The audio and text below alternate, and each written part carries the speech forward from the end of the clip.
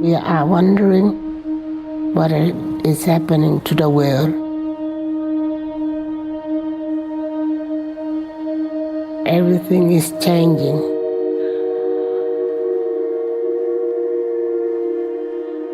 The very idea of human being some sort of natural concept is really going to change. Our bodies will be so high-tech, we won't be able to really distinguish between what's natural and what's artificial. Inside our own heads is the most complex arrangement of matter in the known universe. You might ask yourself, can we get to be superhumans?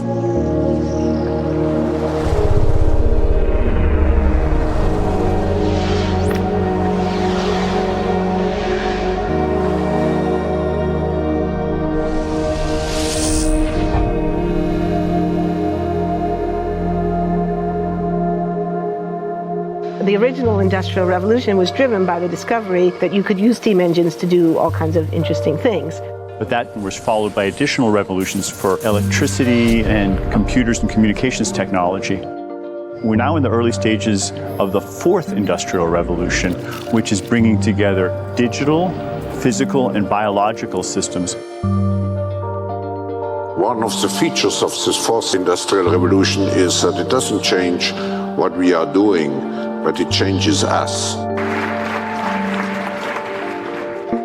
With the ability to visualize brain activity, for example, through a simple consumer-based EEG device, it gives us access to ourselves in ways that we've never before thought possible. It unlocks the black box that is the brain and enables us to really, truly be able to realize an identity that is aspirational. There's now a scientific foundation for the effects of mindfulness on the brain, on the genome, on biological aging. And when the human mind does know itself, then you get the potential for a new renaissance that restructures itself in terms of our relationship to life, our relationship to the planet, our relationship to work. We need a different economic model. And by that I don't mean capitalism versus communism. What I'm talking about is a shift in the system along the lines of the two big changes that happened in the 20th century, Keynesianism, with a much greater focus on health and education and the role of government working with business, and then a reaction against that in late century to neoliberalism, where the focus was on free markets, freedom of the individual, and getting governments out of the way.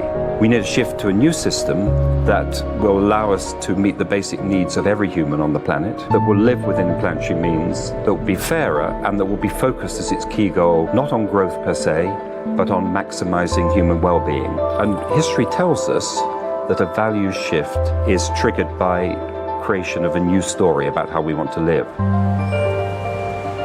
I see the circular economy as something which fits very closely with mankind's goal to be innovative and creative and to always progress.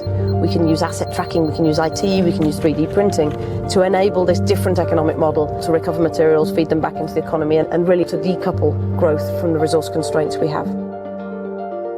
The reason we live in cities is not different today than it was 10,000 years ago. Even if we have got networks connecting us, we still want to have places where we meet in person. So this means the place where we work and the place where we live are much closer to each other, a city where we don't need to have big supply chains in order to produce things, where many things can be sourced locally thanks to 3D printing and robotics. So if we're able to do something to transform cities, to make them more efficient, then the impact can be huge. Think about the prospect of getting rid of plastics. We must not only be inspired or informed by nature, but actually use natural organisms with which to design products and building parts. Only instead of varying material properties, we're varying biological functionality. Design is critical today because it's the first signal of human intention. So the question of adding quality to quantity, it isn't a matter of simply circulating things that are potentially toxic. It's circulating things that are safe and healthy for all generations. So the goal is no longer, I want to be less bad, less monotonous, less unsafe, less unjust. It's really about a diverse, safe, healthy, and just world with clean air, clean water, clean soil, clean energy. Together we are fighting to preserve our fragile climate from irreversible damage and devastation of unthinkable proportions.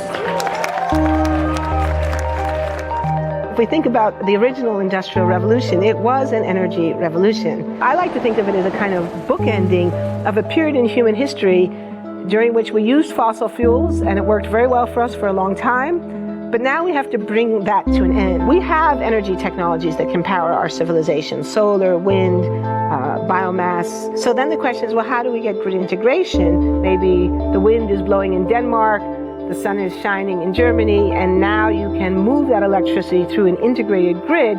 You can supply energy to everyone who needs it, and you can supply energy at all times.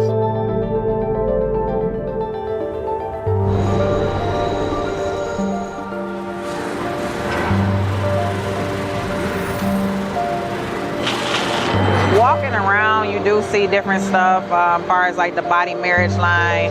They use a lot of things that help them lift up and move things to the car. You just sit there and, you know, program something, and it has its own set mind to go ahead and do everything. And then as humans, we just come in and take the extra step to help the technology. It's not the cure-all for everything. There's definitely a lot of things where people perform the operation better, but certainly for the right applications, robotics are a huge improvement for the process. The prediction of 5 million jobs lost by 2020 to technology is serious, but it's not the main question. Construction, manufacturing, services, public health and education, these industries will still exist. The main question is, what will be the future of work? How will we define work? How will we share the wealth? From the viewpoint of the labor or jobs, now we really need new education or new training. We're working with a World in Motion and First Robotics, trying to encourage students from 3rd grade all the way up through the end of high school. We had students make sailboats, and then we had them race them, and so they could see how quickly they could move. And they immediately went back and started to say, oh, I saw what happened, I'm going to go change this or that. And that was 3rd graders. I just given a prize to a kid of 18 years old that has discovered something really very, very unique. Came up with how to get better productivity and better yields for seeds of corn. And so he basically came with the idea that if you would perforate these seeds, you would get more food. And you think about it and say, but he didn't go to university. So how does he get all that knowledge? And he told me, I mean, I've been watching YouTube since the age of 12, and I'm so interested that I've seen everything about it. I've read everything about it. The world is really open to learning.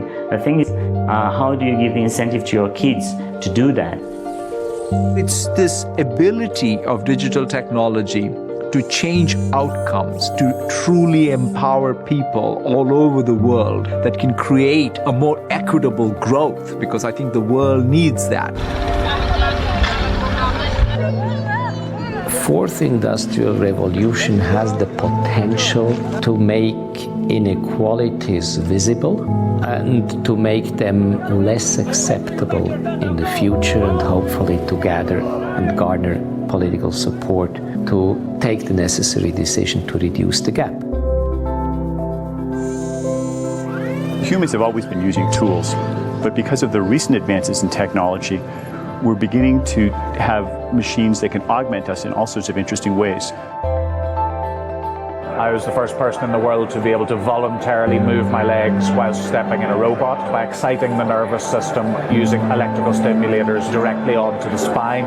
We believe that a cure will be possible if enough of the right people have the will to fast-track a cure for paralysis.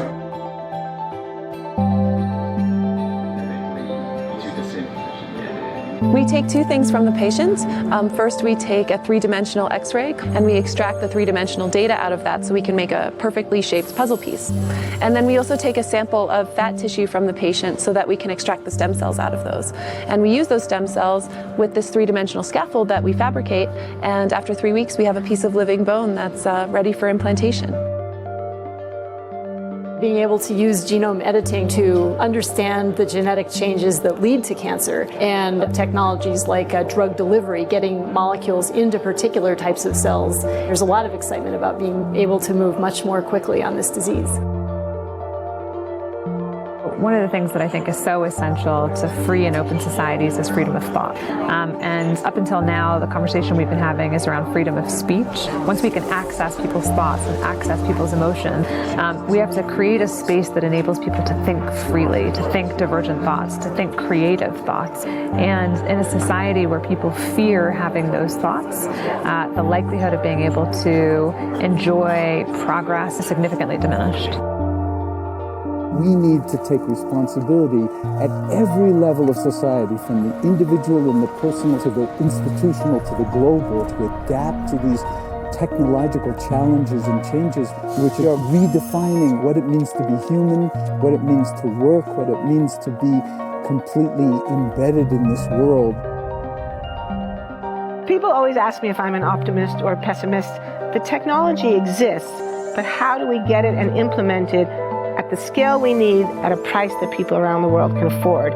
Even though we have everyday problems we have to solve, we have to find a way to lay the foundations for the innovations of tomorrow.